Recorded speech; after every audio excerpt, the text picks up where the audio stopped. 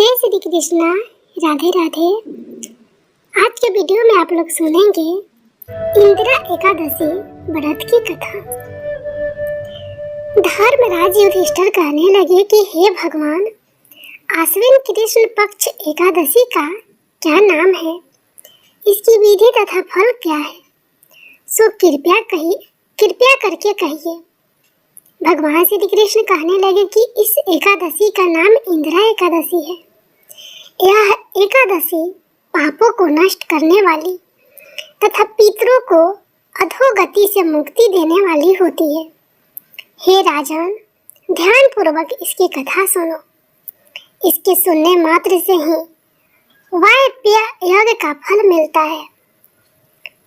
प्राचीन काल में सतयुग के समय में महिष्मती नाम की एक नगरी में इंद्रसेन नाम का एक प्रतापी राजा धर्म पूर्वक अपनी प्रजा का पालन करते हुए शासन करता था। वह राजा पुत्र पौत्र और धन आदि से संपन्न और विष्णु का परम भक्त था। एक दिन जब राजा सुखपूर्वक अपनी सभा में बैठा था तो आकाश मार्ग से महर्षि नारद उतरकर उसकी सभा में आए। राजा उन्हें देखते ही हाथ जोड़कर खड़ा हो गया और विधि पूर्वक आसन व अर्घ्य दिया। सुख से बैठकर मुनि ने राजा से पूछा कि हे राजन, आपके सातों अंग कुशल पूर्वक तो है, तुम्हारी बुद्धि धर्म में और तुम्हारा मन विष्णु भक्ति में तो रहता है। देवर्षि नारद की ऐसी बातें सुनकर राजा ने कहा, हे महर्षि, आपकी कृपा से मेरे राज्य में सब कुशल है तथा मेरे यहाँ यज्ञ कर्मादि सुकृत हो रहे हैं। आप कृपया करके अपने आगमन का कारण कहिए। तब ऋषि कहने लगे कि हे राजन, आप आश्चर्य देने वाले मेरे वचनों को सुनो। मैं एक समय ब्रह्म लोक से यम लोक को गया। वहाँ श्रद्धा पूर्वक यमराज से पूजित होकर मैंने धर्मशील और सत्यवान धर्मराज की प्रशंसा की। उसी यमराज की सभा में महान ज्ञानी और धर्मात्मा तुम्हारे पिता को एकादशी का व्रत भंग होने के कारण देखा। उन्होंने संदेशा दिया, सो मैं तुम्हें कहता हूँ। उन्होंने कहा कि पूर्व जन्म में कोई विघ्न हो जाने के कारण मैं यमराज के निकट रह रहा हूँ। सो हे पुत्र, यदि तुम आश्विन कृष्णा इंदिरा एकादशी का व्रत मेरे निमित्त करो तो मुझे स्वर्ग की प्राप्ति हो सकती है। इतना सुनकर राजा कहने लगे कि हे महर्षि, आप इस व्रत की विधि मुझसे कहिए। नारद जी कहने लगे, आश्विन माह के कृष्ण पक्ष की दशमी के दिन प्रातः काल श्रद्धा पूर्वक स्नान आदि से निवृत्त होकर पुनः दोपहर को नदी आदि में जाकर स्नान करे। फिर श्रद्धा पूर्व पितरों का श्राद्ध करे और एक बार भोजन करे। प्रातः काल होने पर एकादशी के दिन दातुन आदि करके स्नान करे। फिर व्रत के नियमों को भक्ति पूर्वक ग्रहण करता हुआ प्रतिज्ञा करे कि मैं आज संपूर्ण भोगों को त्याग कर निराहार एकादशी का व्रत करूंगा। हे अच्युत, हे पुंडरीकाक्ष, मैं आपकी शरण हूँ, आप मेरी रक्षा कीजिए। इस प्रकार नियम पूर्वक शालिग्राम की मूर्ति के आगे विधि पूर्वक श्राद्ध करके योग ब्राह्मणों को फलाहार का भोजन कराए और दक्षिणा दे। पितरों के श्राद्ध से जो बच जाए उसको सूंघ कर गौ को दे तथा धूप दीप गंध पुष्प नैवेद्य आदि सब सामग्री से ऋषिकेश भगवान का पूजन करे। रात में भगवान के निकट जागरण करे।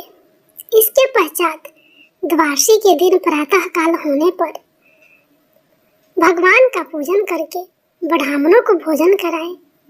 भाई बंधुओं स्त्री और पुत्र सहित आप भी मौन होकर भोजन करें।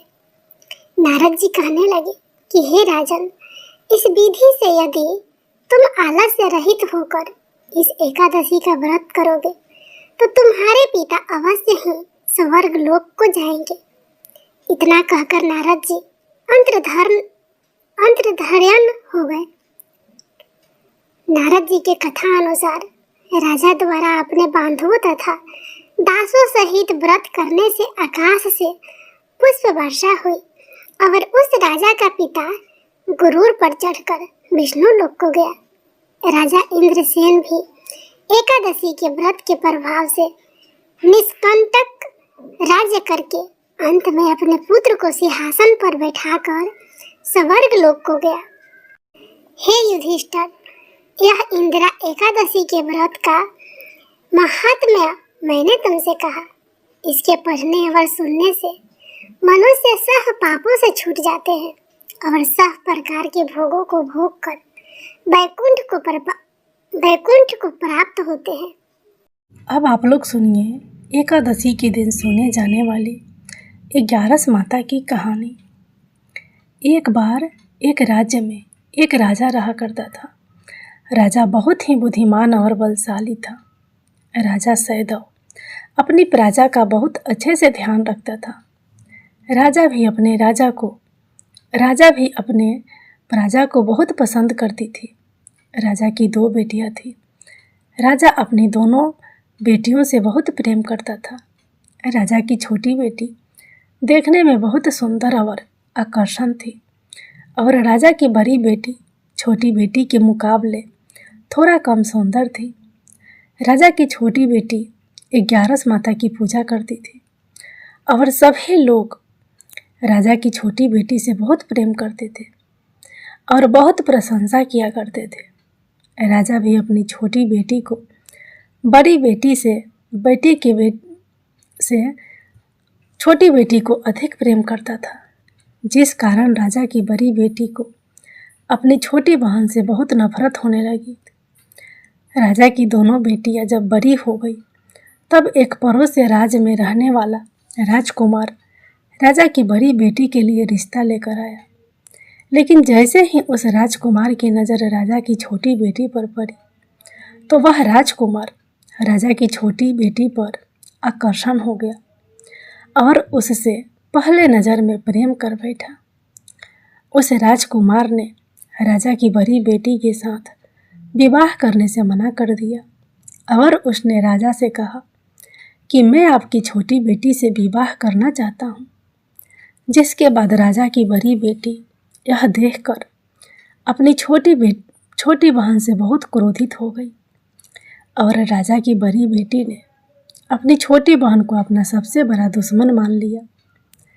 राजा की बड़ी बेटी ने अपनी छोटी बहन से बदला लेने का निर्णय लिया, जिसके लिए उसने अपनी छोटी बहन को जान से मारने का प्लान बनाया। राजा की बड़ी बेटी ने अपनी छोटी बहन को मारने के लिए सबसे पहले एक लड्डू में जहर मिलाकर अपनी छोटी बहन को दे दिया और उसको लड्डू खाने के लिए कहा। लेकिन लड्डू खाने के बाद भी छोटी बहन को कुछ नहीं हुआ। बड़ी बहन यह देखकर बहुत आश्चर्यचकित हो गई, लेकिन बड़ी बहन ने हार नहीं मानी और उसने जब रात में छोटी बहन अपने कमरे में सो रही थी तब एक मटके में सांप रखकर उसके कमरे में छोड़ दिया। लेकिन सांप भी छोटी बहन का कुछ नहीं कर पाया। जिसके बाद बड़ी बहन ने अपनी छोटी बहन से कहा कि चलो हम लोग कुएं से पानी भर कर लाते हैं, जिसके लिए वह अपनी छोटी बहन को पानी भरने के बहाने कुएं के पास ले गई और उसने अपनी छोटी बहन को कुएं में धक्का दे दिया। लेकिन छोटी बहन को तब भी कुछ नहीं हुआ, क्योंकि हर बार 11 माता उसकी रक्षा कर रही थी और उधर बड़ी बहन अपने सारे प्रयासों के बाद असफल हो रही थी, जिससे वह बहुत क्रोधित होती जा रही थी। फिर भी उसने अपनी छोटी बहन के पास जाकर उससे खुद ही पूछा कि मेरी छोटी बहन, तुमको पता है भगवान ने सबकी मृत्यु एक निश्चित समय पर लिखी हुई है और कैसे तुम्हारी मृत्यु होगी, क्या यह तुम जानती हो? तब छोटी बहन ने अपनी बड़ी बहन को बताया कि हाँ, मैं तो जानती हूँ कि मेरी मृत्यु कैसी होगी। छोटी बहन से यह सुनकर बड़ी बहन मन ही मन बहुत प्रसन्न होने लगी और उसने अपनी छोटी बहन से कहा कि तुम मुझे अपनी मृत्यु का राज बताओ। छोटी बहन ने अपनी बड़ी बहन से कहा कि मेरी मृत्यु तो एक तोते में है, जो तोते के गले में एक हार है, उससे मेरी मृत्यु होगी। जब तक कोई भी व्यक्ति तोते को मार कर वह हार अपने गले में पहनेगा तो मैं मूर्छित हो जाऊंगी, और जैसे ही उस हार को अपने गले से उतारेगा तो मैं वापस से जीवित हो जाऊंगी। अपनी छोटी बहन की मृत्यु का राज जानकर बड़ी बहन बहुत खुश हो गई और उसने अपनी छोटी बहन को मारने के लिए उसके पालतू तोते को ढूंढना शुरू कर दिया। और छोटी बहन को इस बात का अभ्यास हो गया था कि कोई उसकी जान लेना चाहता है, जिसके लिए वह अपने पिताजी के पास गई और उनसे अपने पिताजी से कहा कि पिताजी, मेरी मृत्यु के बाद आप मुझे जलाइएगा मत, बल्कि आप मुझे अपनी पुरानी वाली हवेली में एक पलंग में लिटा कर छोड़ दीजिएगा। अपनी छोटी लड़की की यह बात सुनकर राजा बहुत आश्चर्यचकित हो गए। राजा ने अपनी छोटी बेटी से पूछा, बेटी, तुम यह क्या कह रही हो? तब राजा की छोटी बेटी ने बताया, पिताजी, समय किसी के लिए नहीं रुका है, कब क्या हो जाए किसी को कुछ पता नहीं है। और फिर राजा ने अपनी छोटी बेटी से कहा कि तुम ऐसी बातें क्यों कर रही हो? 2-3 दिन में तुम्हारा विवाह है। लेकिन छोटी बेटी ने अपने पिताजी को ऐसा करने पर मजबूर कर दिया और उसने वचन ले लिया। राजा ने भी अपनी छोटी बेटी की बात स्वीकार कर ली और 2-3 दिनों के बाद जब शादी का समय आया तब राजकुमार बारात लेकर राजा के घर आया और राजकुमार और राजा की छोटी बेटी का विवाह शुरू हो गया। जैसे ही राजा की छोटी बेटी राजकुमार के साथ फेरे लेना शुरू करती है तो उसकी बड़ी बहन अपनी छोटी बहन के कमरे में जाकर उसके तोते को पकड़ लेती है और उसको जान से मार देती है। तोते की गले में जो हार था उसको अपने गले में धारण कर लेती है। जैसे ही बड़ी बहन उस हार को अपने गले में धारण करती है तो उधर छोटी बहन 3 ही फेरे ले पाती है और वहीं पर बेहोश होकर गिर जाती है। जिसके बाद राजा ने बड़े बड़े दर्द हाकिमों को बुलवाया और अपनी छोटी बेटी का इलाज करने के लिए कहा।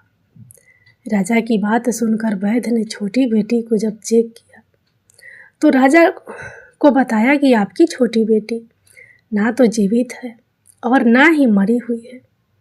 यह मैं ऐसा पहली बार देख रहा हूँ। राजा वैद्य हाकिमों को यह बात बाहर बताने से मना कर दिया और उनको कहा कि अगर तुमने यह बात किसी को बाहर बताई तो हम तुम्हें फांसी दे देंगे। राजा ने अपनी छोटी बेटी को पुराने महल में जाकर एक पलंग में लेटा दिया और वहाँ पर कुछ सैनिक को तैनात कर दिया। वापस अपने महल पर आ गया। राजा की बड़ी बेटी अपने पिताजी के पास आई और कहने लगी कि पिताजी, अगर यह शादी संपन्न नहीं हुई तो आपकी इज्जत का क्या होगा? आप कहे तो मैं आपकी इज्जत बचाने के लिए राजकुमार से शादी करने के लिए तैयार हूँ। जिसके बाद राजा ने अपने बड़ी बेटी की बात मान ली और राजा ने बड़ी बेटी को छोटी बेटी के कपड़े पहनाकर मंडप पर भेज दिया। लेकिन राजकुमार यह जान गया कि यह राजा की छोटी बेटी नहीं है, बल्कि यह राजा की बड़ी बेटी है। लेकिन जब राजकुमार ने शादी करने से मना किया तो सभी लोगों ने राजा को विवश मजबूर करके राजा की बड़ी बेटी से बचे हुए फेरों का संपन्न करा दिया और विवाह करवा दिया। जिसके बाद राजकुमार राजा की बड़ी बेटी को अपने महल में ले गया। राजकुमार राजा की बड़ी बेटी से ना तो बात करता था, ना ही उसको पसंद करता था और ना ही उसके आसपास भटकता था। और राजकुमार ने यह फैसला लिया कि वह अपने प्रेमिका को ढूंढ कर रहेगा, यह जान कर रहेगा कि उसके साथ आखिर हुआ क्या था।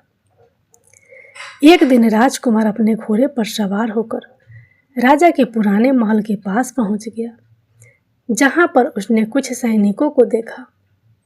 महल के पास पहुंचकर राजकुमार ने जब महल को ध्यान से देखा तो वह समझ गया कि यह तो हमारे ससुर जी का महल है।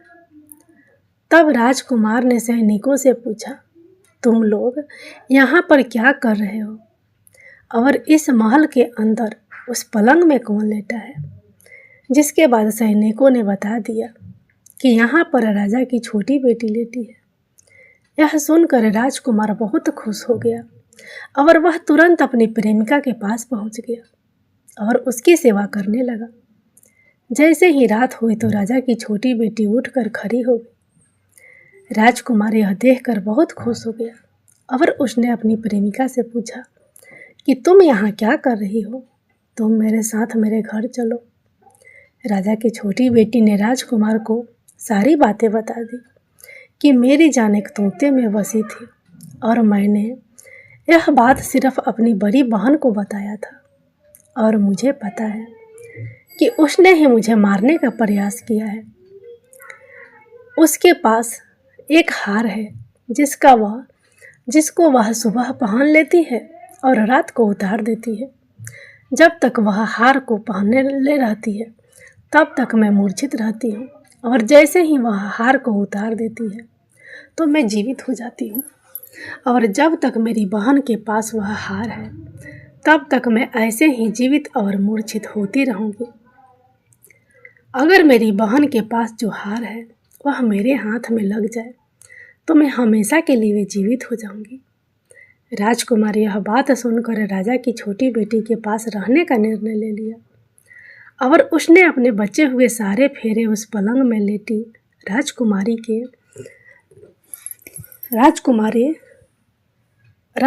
के छोटी बेटी के साथ ले लिए और अपना विवाह पूर्ण कर लिया और वहीं पर ही रहने लगा। देखते ही देखते कुछ समय के बाद राजा की छोटी बेटी और राजकुमार की पत्नी पेट से हो गई। एक दिन राजकुमार को किसी काम से बाहर जाना पड़ा। तब छोटी बेटी के पेट में बहुत तेजी से दर्द होने लगा, जिसके बाद उसने 11 माता का आह्वान किया। जिसके बाद वहाँ पर 11 माता प्रकट हुई और उन्होंने अपने भक्तों के दर्द को दूर किया और एक पुत्र की प्राप्ति करवाई। और वहीं पर अचानक से राजकुमार भी आ गया। राजकुमार ने 11 माता को देखा तो वह आश्चर्यचकित हो गया और उसने तुरंत माता को प्रणाम किया। और 11 माता ने राजकुमार से कहा कि जब तुम्हारा पुत्र 5 वर्ष का हो जाए तो तुम अपनी पत्नी का हार लाकर इसके गले में डाल देना। देखते ही देखते राजकुमार और राजा की छोटी बेटी का पुत्र 5 वर्ष का हो जाता है। तो राजकुमार अपने बेटे से कहता है कि बेटा, मैं कुछ काम से बाहर जा रहा हूँ, तुम अपनी माता का ध्यान रखना। और वहाँ से चला जाता है। राजा को बाहर निकलता देख बड़ी बहन के सैनिक देख लेते हैं और बड़ी बहन को जाकर सारी बातें बता देते हैं। जिसके बाद बड़ी बहन अपनी छोटी बहन के पुत्र को वहाँ से उठवा लेती है और उसको मरवा देती है। छोटी बेटी के पुत्र के 2 टुकड़े करवा देती है। पहला टुकड़ा चक्की के पास छुपा देती है और दूसरा टुकड़ा अपने पलंग के नीचे रख लेती है। अब 11 माता भिखारी का रूप लेकर आती है। एक भिखारी का रूप रहकर बड़ी बहन के पास चली जाती है। जिसके बाद वहाँ पर भिक्षा मांगने लगती है। बड़ी बहन अपने नौकरों से कहती है कि जाकर भिक्षा दे दो, लेकिन जैसे ही नौकर 11 माता को भिक्षा देने के लिए आते हैं तो माता उन्हें मना कर देती है और कहने लगती हैं कि तुम्हारी महारानी से ही भिक्षा लूँगी। जिसके बाद बड़ी बहन स्वयं ही भिक्षा देने के लिए माता के पास आती है। तब माता एक बिल्ली का रूप लेकर उसके कमरे में चली जाती है और वहाँ पर छोटी बेटी के पुत्र के दो टुकड़ों को आपस में जोड़ देती है और उसे जीवित कर देती है।